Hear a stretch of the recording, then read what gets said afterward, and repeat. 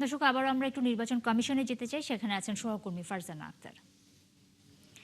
ফারজানা, আমরা যতটুকু জানতে পেরেছি বিএনপির প্রতিনিধি দল এরই মধ্যে নির্বাচন কমিশনে এসে পৌঁছেছে।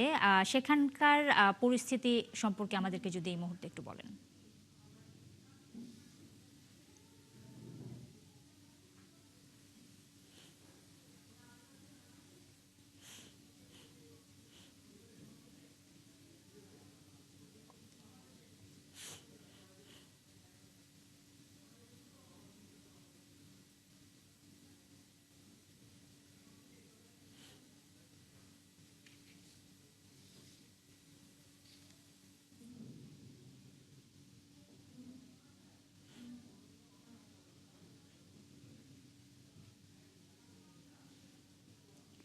দর্শক, আমরা যতটুকু জানতে পেরেছি এরই মধ্যে নির্বাচন কমিশনে পৌঁছেছে বিএনপির প্রতিনিধি দল।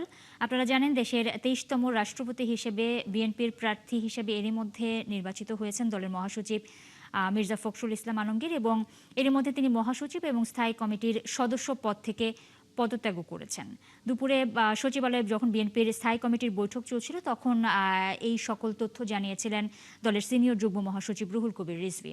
আমাদের সহকর্মী ফারজানা আক্তার নির্বাচন কমিশনে আছেন এই মুহূর্তে, তার সাথে আমরা যোগাযোগের চেষ্টা করছি।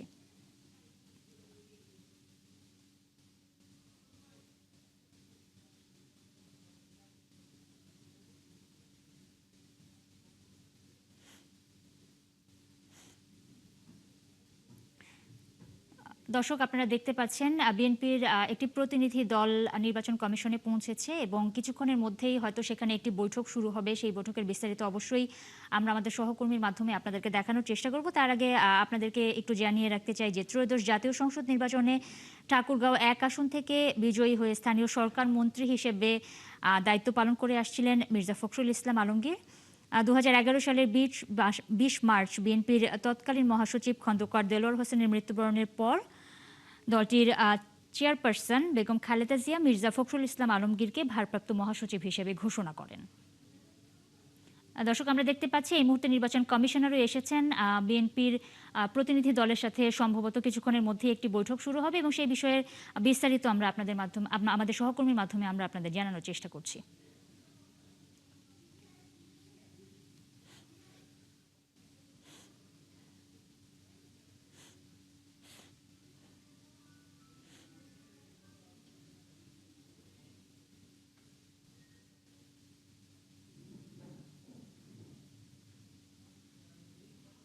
দর্শক, আপনারা কিন্তু দেখতে পাচ্ছেন এখানে নির্বাচন কমিশনে বিএনপির যে প্রতিনিধি দল তারা এসেছেন এবং তারা প্রধান নির্বাচন কমিশনার এএমএম নাসিরউদ্দিন, যিনি রাষ্ট্রপতি নির্বাচন ২০২৬-এর নির্বাচনী কর্তা, নিয়ম অনুযায়ী তার কাছে মনোনয়ন যে ফর্ম সেটি জমা দেবেন, সেটি এখন জমা দিচ্ছেন। এবং এখানে নির্বাচন কমিশনের যে কর্মকর্তা তারাও আছেন এবং নির্বাচন কমিশন সচিব ঢুকলেন মাত্র। এবং আপনি দেখতে পাচ্ছেন আপনারা দেখতেই পাচ্ছেন এখানে যে মনোনয়নপত্র জমাদের যে নিয়মাবলী থাকে, যে সমর্থকের স্বাক্ষর, সেই স্বাক্ষর হয়তো নেওয়া হচ্ছে এবং এখানে এই মনোনয়নপত্রটি এখন জমা দেবেন প্রধান নির্বাচন কমিশনারের কাছে। এবং এখানে দেখতে পাচ্ছেন বিএনপির পক্ষ থেকে এসেছেন দলের সিনিয়র নেতা গয়েশ্বর চন্দ্র রায় এবং অ্যানি।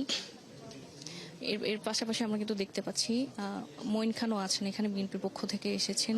কিছু আজকে দুপুরেই কিন্তু বিএনপির পক্ষ থেকে তাদের যে রাষ্ট্রপতি পদে দলের পক্ষ থেকে মির্জা ফখরুল ইসলাম আলমগীরের নাম ঘোষণা করা হয়েছে এবং তার পক্ষেই কিন্তু এই রাষ্ট্রপতি নির্বাচনের মনোনয়ন ফর্ম জমা দিতে তারা এখানে এসেছেন, যেহেতু আজকে মনোনয়নপত্র জমা দেওয়ার শেষ দিন রাষ্ট্রপতি নির্বাচনের। এবং এখানে সেই রাষ্ট্রপতি নির্বাচনের মনোনয়ন জমা দেওয়ার যে আনুষ্ঠানিক কার্যক্রম বিএনপির পক্ষ থেকে, সেই কার্যক্রম চলছে। এবং সকাল 11টার দিকে বিরোধী দলীয় যে ঐক্যজোট, 11 দলীয় ঐক্যজোট জামাত, তারা এসেছিলেন। তারা তাদের পক্ষ থেকে তাদের যে রাষ্ট্রপতি পদে প্রার্থী তার পক্ষে তারা মনোনয়ন জমা দিয়ে গেছেন এবং এখন বিএনপির পক্ষ থেকে যে মনোনয়ন জমা দেওয়ার কার্যক্রম সেটি চলছে। আমরা ক্যামেরার মাধ্যমে আপনাদেরকে দেখানোর চেষ্টা করছি। দর্শক, এখানে মনোনয়ন ফর্ম জমাদের যে কার্যক্রম সেটি চলছে এবং এই কার্যক্রম শেষে বিএনপির পক্ষ থেকে একটি ব্রিফিং করা হবে। সেই ব্রিফিং শেষ হলে আমরা আসলে আপনাদেরকে আরো বিস্তারিত তথ্য জানাতে পারবো। ফারজানা, অনেক ধন্যবাদ আপনাকে। নিশ্চয়ই বিএনপির পক্ষ থেকে যখন ব্রিফটা করা হবে আপনার মাধ্যমে সেটা আমরা দর্শকদের জানিয়ে দেওয়ার চেষ্টা করব। দর্শক, আমরা এতক্ষণ ছিলাম নির্বাচন কমিশনে।